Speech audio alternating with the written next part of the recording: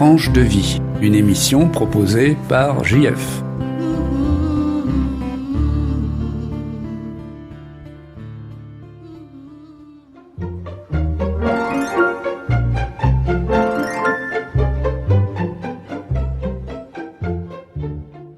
Chers amis de Tranche de vie, nous partons aujourd'hui à la découverte d'un site industriel exceptionnel de la commune de Coulommiers-Chamiers.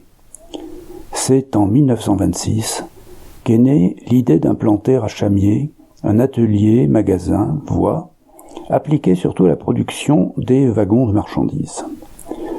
L'atelier va connaître successivement les aléas de la Seconde Guerre mondiale, de la reconstruction, puis la modernisation du rail et des techniques de construction des voies dans lesquelles il va se spécialiser, à mesure que la route va supplanter le rail pour le transport des marchandises. Aujourd'hui, avec ses 75 agents, le site couvre un vaste espace dans le Bas-Chamiers et il applique les techniques les plus modernes à la production et à la réparation des parties les plus complexes du réseau ferroviaire que l'on nomme les appareils de voie. Nous allons partir à la découverte des activités de ce site industriel exceptionnel en écoutant les explications de quelques-uns de ses agents, très qualifiés, au cours de la journée portes ouvertes du site qui s'est déroulée le 19 septembre 2015.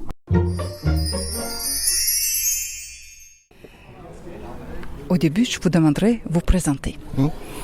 Philippe Espenac, je suis le responsable du site infrarail de Coulommiers-Chamiers. Qu'est-ce que c'est ce site ? Il est assez fermé pour au cours d'année, mais aujourd'hui vous ouvrez les portes.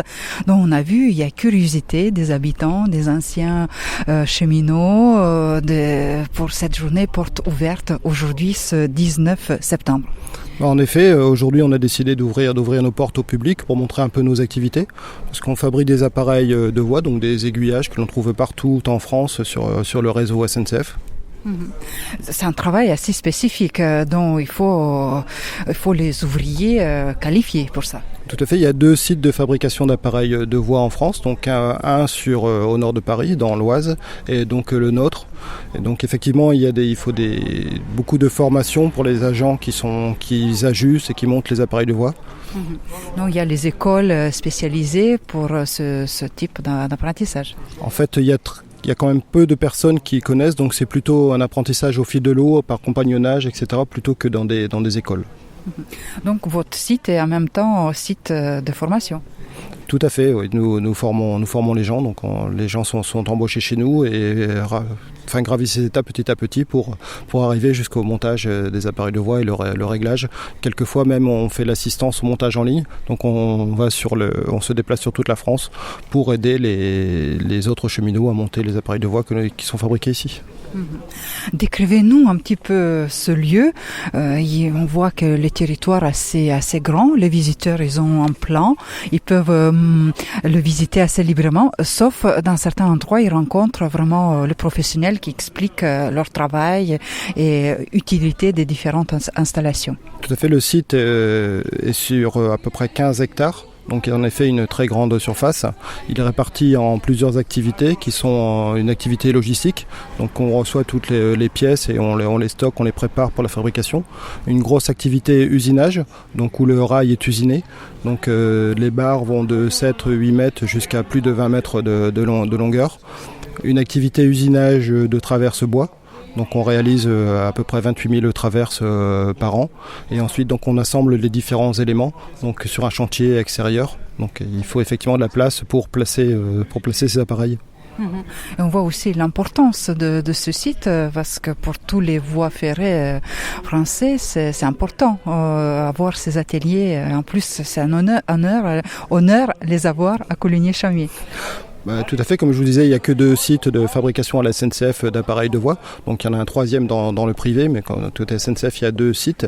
Donc on se doit aussi de pouvoir réagir en cas de déraillement, etc., où on a besoin d'un appareil de voie rapidement.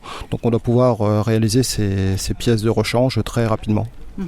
On se retrouve au début de l'après-midi et on a appris que déjà vous avez eu plus de 260 visiteurs que dans la matinée. Donc il y a plusieurs personnes qui vont arriver dans l'après-midi. On voit les venir là. Qu'est-ce qu'ils viennent faire ici? Parce que c'est tout simplement curiosité ou ils sont déjà un petit peu de métier?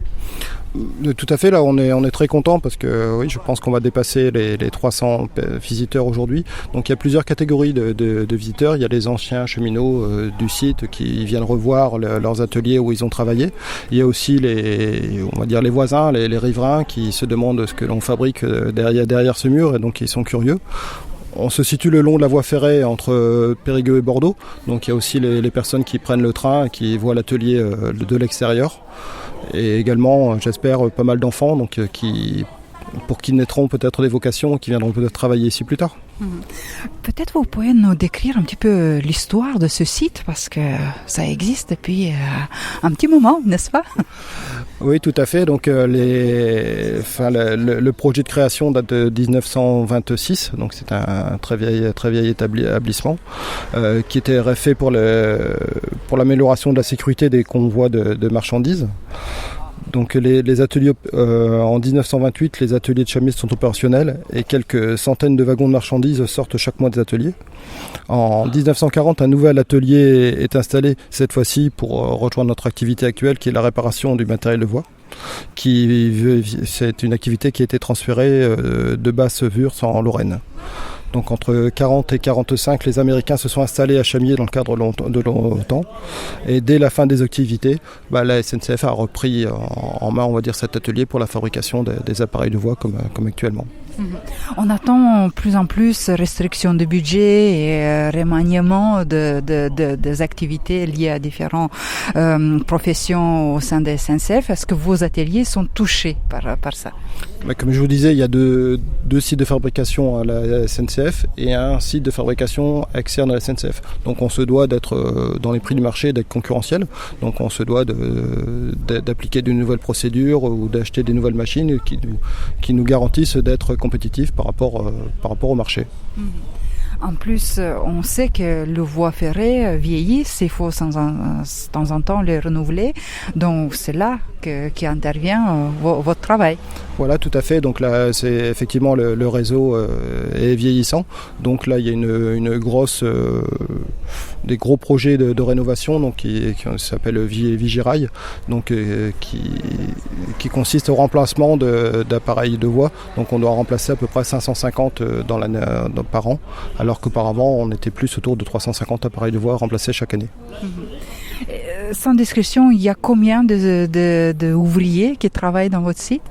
Il y a à peu près 75 personnes, entre 75 et 80 personnes qui travaillent sur le site. Donc, et est-ce que vous renouvelerez cette expérience, ouvrir vos portes et recevoir le public d'extérieur? J'espère. Moi, ça fait 20 ans, une bonne vingtaine d'années que je suis à la SNCF.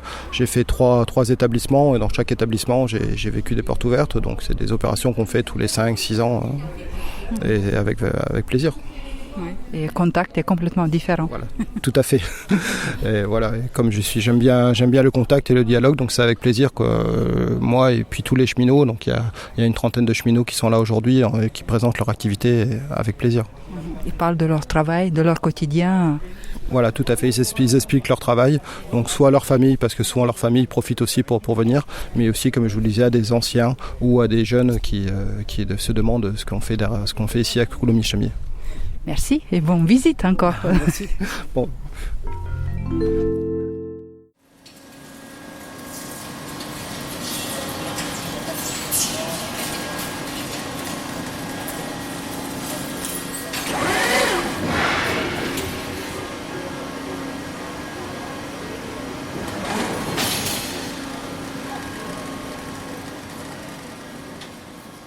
On vient voir différentes machines qui rabotent, qui plient, qui fait différentes fonctions. Je ne sais même pas décrire réellement, mais finalement, le produit final est très très précis, n'est-ce pas?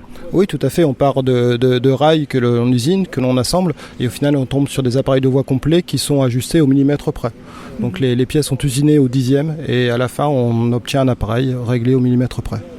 Là, à la radio, c'est difficile d'écrire, mais c'est vrai, quand on regarde, c'est très joli, ça se croise, ça fait les formes géométriques parfaites, mais dans la réalité, c'est très utile pour les trains quand ils se croisent, quand il y a les voies qui passent d'une voie à l'autre, n'est-ce pas? Oui, tout à fait. C'est d'autant plus impressionnant en sortie de gare, par exemple, où il y a une multitude d'appareils de voie.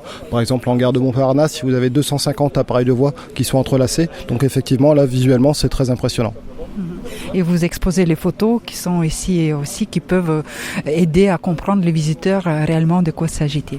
Oui, voilà, on expose les photos des appareils, bon, bien évidemment les plus beaux appareils qu'on ait fait, et en particulier il y a les appareils qui sont sur le petit train jaune qui est en Sardaigne, et donc qui sont des appareils en voie métrique, parce que l'écartement n'est pas standard, et dont l'UO de Chamiers est le seul à réaliser les appareils à ce jour. Vous pouvez être fier. Tout à fait, on peut être fier de notre travail et surtout du travail des cheminots qui travaillent ici.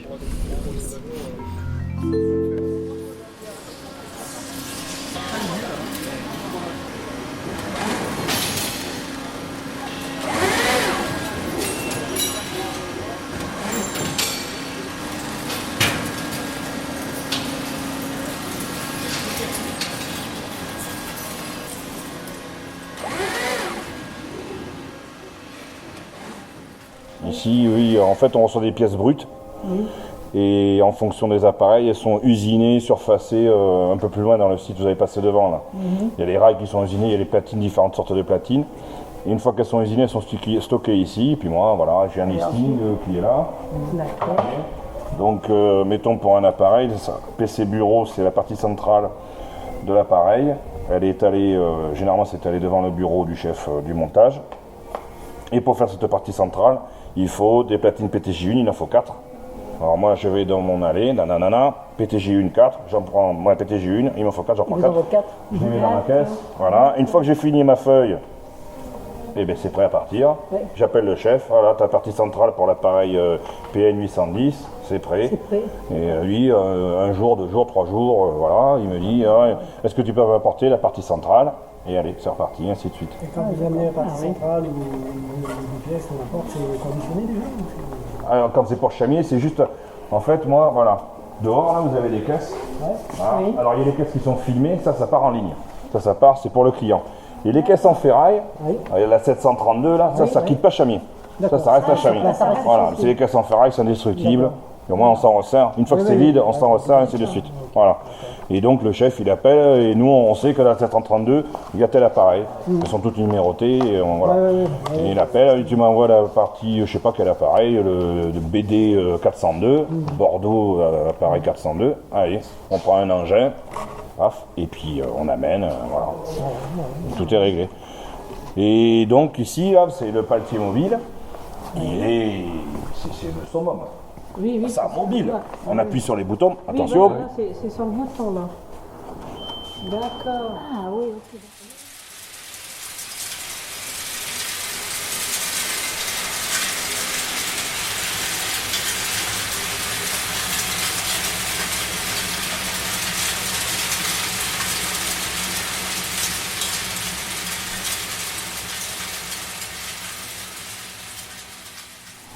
Alors là, on est en face d'un énorme hall qui est le hall où se fait l'usinage des rails. Il y a d'énormes perceuses, des machines impressionnantes et on va chercher quelqu'un pour nous donner quelques explications techniques. Bonjour monsieur, là vous êtes enregistré pour Radio Libre en Périgord. D'accord. Et est-ce que vous pouvez alors me rappeler, puisqu'on est arrivé un peu en retard, ce que c'est qu'un appareil de voie? Donc un appareil de voie, c'est un dispositif qui permet, à partir d'une voie de circulation, de donner une déviation à un train. C'est-à-dire que le train, il peut avoir, s'il veut passer sur la voie d'à côté, il faut qu'il passe par ce dispositif qui est un appareil de voie. C'est un aiguillage? Ça peut être un aiguillage. Un appareil de voie n'est pas forcément un aiguillage. Deux voies qui vont se couper, sans forcément chercher à être liées l'une à l'autre, vont passer par un dispositif qui est censé un appareil de voie. Ça va passer par des croisements. Un aiguillage, c'est ce qui permet vraiment de passer d'une voie à une autre. Une voie de circulation à une autre. Je vous remercie, vous avez répondu à la question qu'on se posait, puisqu'on est arrivé un peu en retard, mais quelle a été votre formation et depuis quand travaillez-vous ici? Alors ma formation, c'est que j'étais apprenti SNCF. Moi je suis arrière-petit-fils de cheminot, donc depuis mon arrière-grand-père. C'est pas pour autant que c'était ma volonté de choisir le chemin de fer, hein. C'était à un moment donné il fallait faire un choix, donc je suis allé vers le chemin de fer parce que mon père il travaillait aussi aux ateliers de Périgueux. Et lui-même a été un formateur pour les apprentis, donc au centre d'apprentissage SNCF de Périgueux. Et il m'a donné cette possibilité, il m'a proposé, il m'a montré ce que proposait la SNCF en termes de formation, d'apprentissage, donc un diplôme. Et si le diplôme est en main, il y a une embauche à la clé, donc c'était intéressant. Donc moi je suis rentré apprenti en 2004. Donc voilà, on est en 2015, ça fait 11 ans que je suis à SNCF et que j'ai été embauché au 1er septembre 2006. Le centre de formation des apprentis de la SNCF, on y rentre à quel âge à peu près? Alors moi j'y suis rentré à 16 ans. C'est là où on va vers le lycée général pour passer un baccalauréat général. Là on va vers un lycée professionnel technique pour commencer soit sur un baccalauréat technique ou ça peut aller jusqu'au BTS.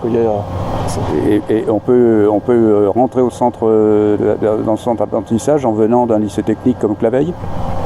Il y a des passerelles qui existent, oui bien sûr. C'est-à-dire qu'après ce sera de l'ordre du BTS, mais ça peut aller, la formation recrute énormément en termes d'alternance, de jeunes en alternance qui vont passer leur diplôme tout en étant rémunérés, embauchés par la SNCF et avec potentiellement à l'issue un emploi, potentiellement parce que c'est pas systématiquement le cas dans l'entreprise même dans laquelle ils passent leur alternance, mais ça peut être pas forcément sur le site même, mais ça peut être sur la SNCF, sur tout le territoire national.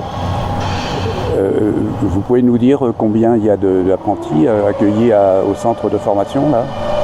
Alors à Périgueux, il faut savoir que le centre d'apprentissage, que même moi je l'ai connu, il y avait un centre d'apprentissage qui était vraiment géré par la SNCF, qui s'est arrêté il y a une quinzaine d'années de ça, je crois à peu près, ou un peu plus. Après ça a été passé, c'était des contrats avec des lycées du département, où c'était un lycée qui prenait en charge, qui montait une formation spécifique pour les agents SNCF, pour les apprentis SNCF. Ça c'est ce que j'ai passé, ça s'est arrêté aussi depuis. Donc depuis maintenant ce sont des alternants qui sont dans divers lycées, avec lesquels il y a des partenariats, pour lesquels les étudiants viennent passer leur stage en entreprise dans l'atelier. D'accord.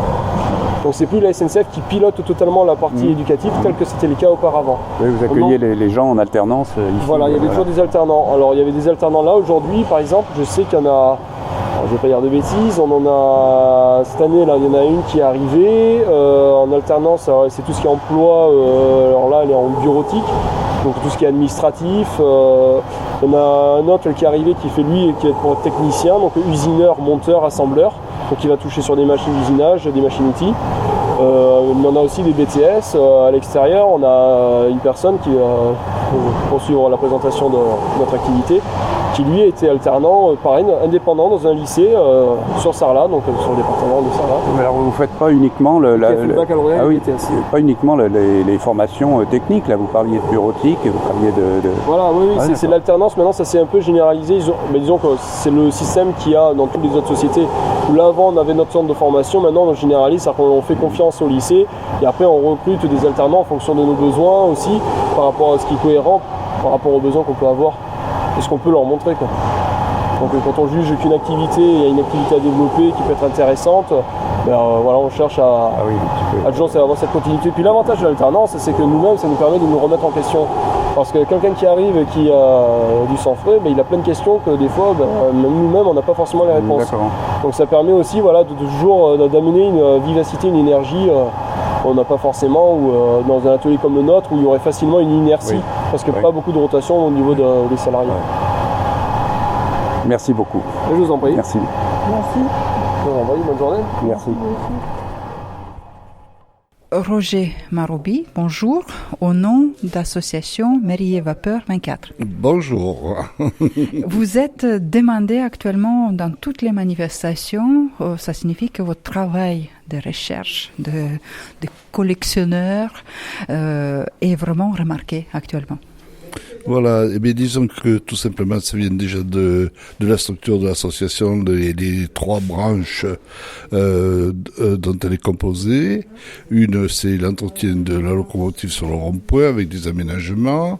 L'autre, c'est la partie modèle réduit, miniature, amusement, disons, et même avec du sérieux. Mais en fait, et la troisième partie, c'est tout ce qui est recherche et la mémoire de chemin de fer. Or, aujourd'hui, à la foire exposition, c'est la partie modélisme, détente, etc., amusement, avec de la technicité, tout ça, mais c'est le loisir. Par contre, pour les 150 ans des ateliers de Périgueux, il faut savoir qu'on expose au Toulon et à Chamny. Donc, la base pour le Toulon et Chamier, ça a été, puisque tout notre matériel, tous nos réseaux sont pris à la foire exposition, nous, ça a été de faire quelque chose de spécifique pour ces 2 établissements, à savoir tout simplement une petite un présentoir. Un présentoir, alors pour Chamier, un présentoir qui présente le matériel et les travaux de la voie. On trouve des garnisseuses, résines, traînes de ballast, etc. Et au Toulon, on a un présentoir qui, lui, représente l'évolution du matériel acheté neuf à la SNCF, type voiture Corail, grand confort, et après ce matériel qui a été transformé au fur et à mesure des ans aux ateliers de Périgueux, qui sont devenus des TER, Carmignon, etc. Voilà. Alors ça, c'est déjà l'autre partie qui est très importante qu'on retrouve sur les 2 expos, c'est les journaux de l'entreprise. Où on a commencé, à l'époque, c'était le PO illustré. Ensuite, en 1934, oui, c'est le PO Midi illustré, parce qu'il y avait eu fusion des 2 compagnies. En 1938, création de la SNCF, ça devient notre métier. Et après, c'est un peu plus tard, après la guerre, que notre métier est remplacé par la vie du rail. Voilà. Et là, on trouve donc les premières couvertures de ces livres, de ces ouvrages, de cette presse. Voilà. Et cette presse était plutôt destinée à tous les salariés ou elle était plutôt destinée aux gens d'extérieur qui puissent connaître le fonctionnement de différents métiers au sein de la SNCF? C'est destiné, en priorité, je pense surtout quand on parle du PO illustré, tout ça, c'était vis-à-vis du personnel. Et petit à petit, aujourd'hui, la vie du rail, elle est lue par des gens qui n'ont rien à faire avec, qui ne travaillent pas au chemin de fer, donc qui ne lisent que par leur intérêt personnel. Voilà.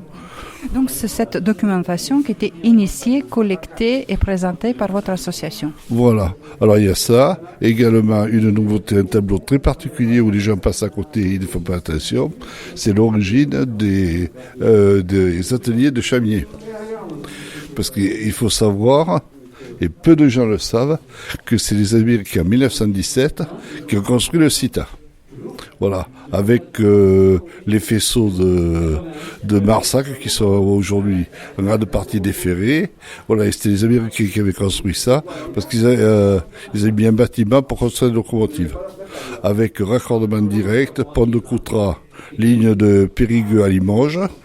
Et donc les trains ne s'arrêtaient plus à Périgueux pour monter parce que les Américains, le corps expéditionnaire américain avait installé ses ports construits à Saint-Loubès sur la Dordogne, à Blaye également, et à Hirson sur la ligne Bordeaux-Coutras, un très grand dépôt où il centralisait tout le matériel embarqué, et là il envoyait par chemin de fer ici, et donc ça s'arrêtait soit à Chamier, là pour révision, ou alors les trains partaient directement sur le front sans s'arrêter à Périgueux.